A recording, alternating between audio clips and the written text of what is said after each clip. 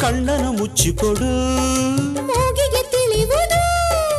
ಉಸಿರು ಕಟ್ಟಿಕೊಡು ಬಾಯಿಗೆ ತಿಳಿಯುವುದು ನಾ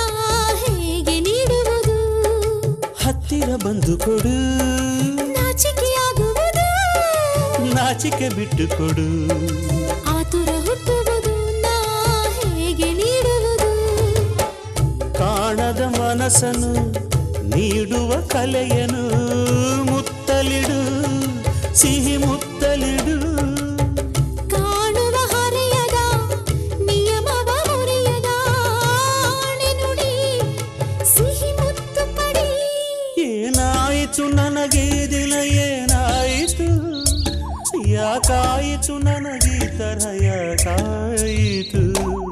ಶ್ರೀರಾಮಚಂದ್ರ